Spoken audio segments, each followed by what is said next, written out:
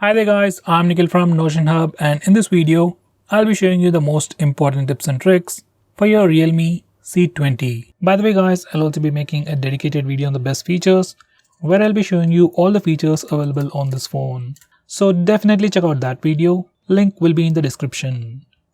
First, I'll start off with the navigation gestures. On this phone, it's called as swipe gestures from both sides, and once you turn it on, you get some extra options at the bottom.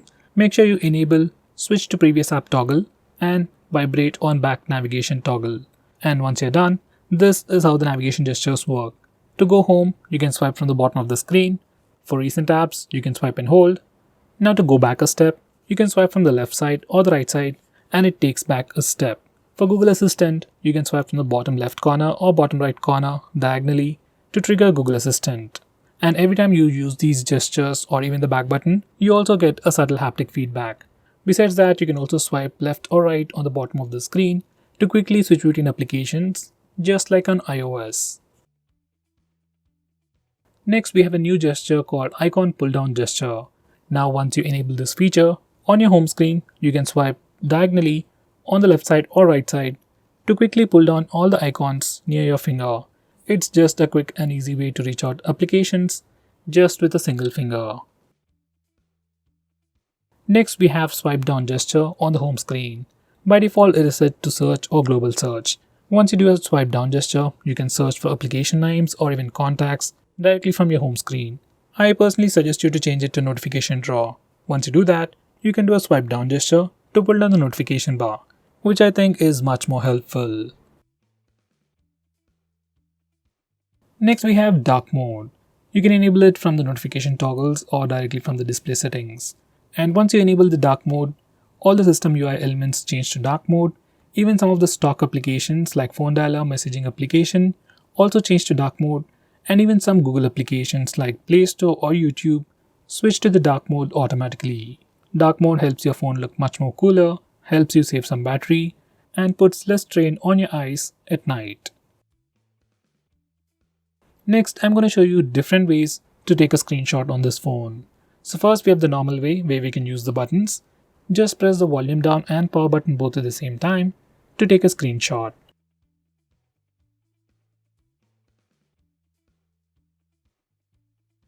Next, we have 3-finger screenshot gesture. Now this feature is enabled by default. To take a screenshot, you can just swipe down using 3 fingers and your phone will take a screenshot. It's just like pressing the buttons, but instead of pressing the buttons, you just need to swipe down using 3 fingers and your phone will take a screenshot. Personally, this is my favorite way to take a screenshot. Next, I'm going to show you how to take a long screenshot. For that, first take a regular screenshot and then click on the preview. Now select scroll. Now you need to scroll the page. And once you're done, you'll get a long screenshot. Finally, we have partial screenshot. To take a partial screenshot, just place 3 fingers on the screen for a second and then slowly swipe down. Once you do that, you'll get a preview window and then take a partial screenshot. You can also resize this preview window to get an accurate screenshot. Next, we have some quick shortcuts whenever you take a screenshot. So every time you take a screenshot, whether it's with the buttons or the gesture, you get a preview on the screen and you can swipe that preview up to share that screenshot, and you can swipe it down to take a long screenshot. You can also swipe the preview to the side to dismiss it. Next, I'm going to show you how to disable lock screen magazine, or you might even call it dynamic wallpaper on the lock screen. First, here's a quick preview of the lock screen, and every time you lock your phone or every time you come to the lock screen, we see a different wallpaper.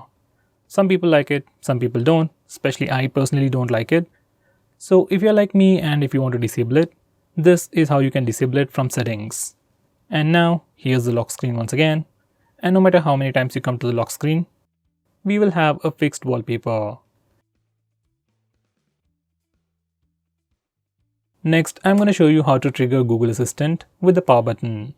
Just enable this toggle and now press and hold the power button to trigger Google Assistant. If you press and hold the power button longer, we will see the power options. If you are using navigation gestures, this is pretty useful. Next, we have some important screen off gestures. We have things like double tap to wake. We can also draw a note to open the camera application. Next, we can draw a V to turn on the flash. We also have more like music controls and custom shortcuts, but most of the time I just draw V to turn on the flash, and to turn it off we can press the power button. Next, we have a pretty cool shortcut to start or open split screen mode. This feature is enabled by default. Just make sure this particular toggle is enabled, and if it is enabled, you can just swipe up using 3 fingers to open the current application in a split screen mode. Some of the applications will not support this feature. With that said, most of the applications, especially third-party applications, do support split screen mode. Next, I'm going to show you digital well-being. Now this is a feature from Google and you can find it in settings. This feature analyzes your phone's usage and gives you a complete report.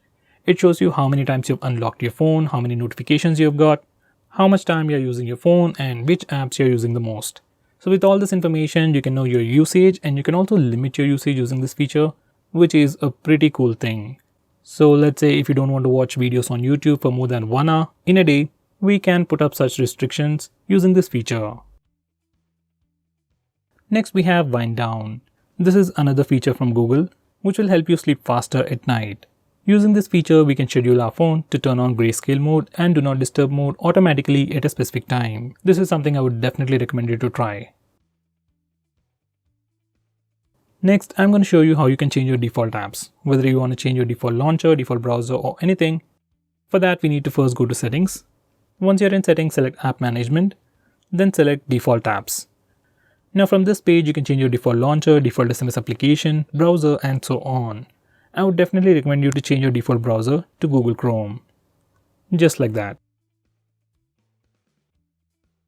Next, I'm going to show you how to display the battery percentage on the status bar. For that, go to settings, then select notification and status bar, and then enable this toggle. Once you do that, we can see the battery percentage on the status bar. In the same way, if you want to see the network usage on the status bar, enable this toggle.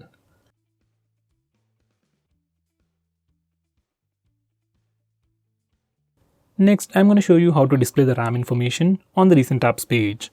For that, go to settings, then select additional settings, and now enable this toggle. Once you do that, we can see the RAM or memory information in the recent apps page. Next, I'm going to show you how to record the screen on your phone. For that, first go to the toggles, and now we can start video recording just by using this toggle. Just click it and screen recording should start in 3 seconds. If your phone asks for any permissions, just grant them all. Next, I'm going to show you how to stop applications from automatically restarting in the background. For that, you need to first open Phone Manager. You can find it on the home screen or in your app drawer. Once you open it up, select Privacy Permissions, then select Startup Manager. Now from this page, we can start or stop applications from automatically restarting in the background. Personally, I'll enable this toggle for apps like Truecaller, WhatsApp, or Instagram, and disable it for everything else. So guys, these are the most important tips and tricks for your phone. If I missed out on anything important, do let me know by commenting below this video, and definitely check out my video on best features. Link will be in the description. Now with that said, if you're planning to buy this phone, please use the link in the description. It always helps the channel. If you want us to make any specific video, tweet out to us with the hashtag AskGreedyTech on Twitter and we will try to make it as soon as possible. I'm Nikhil from GreedyTech signing off. Have a nice day.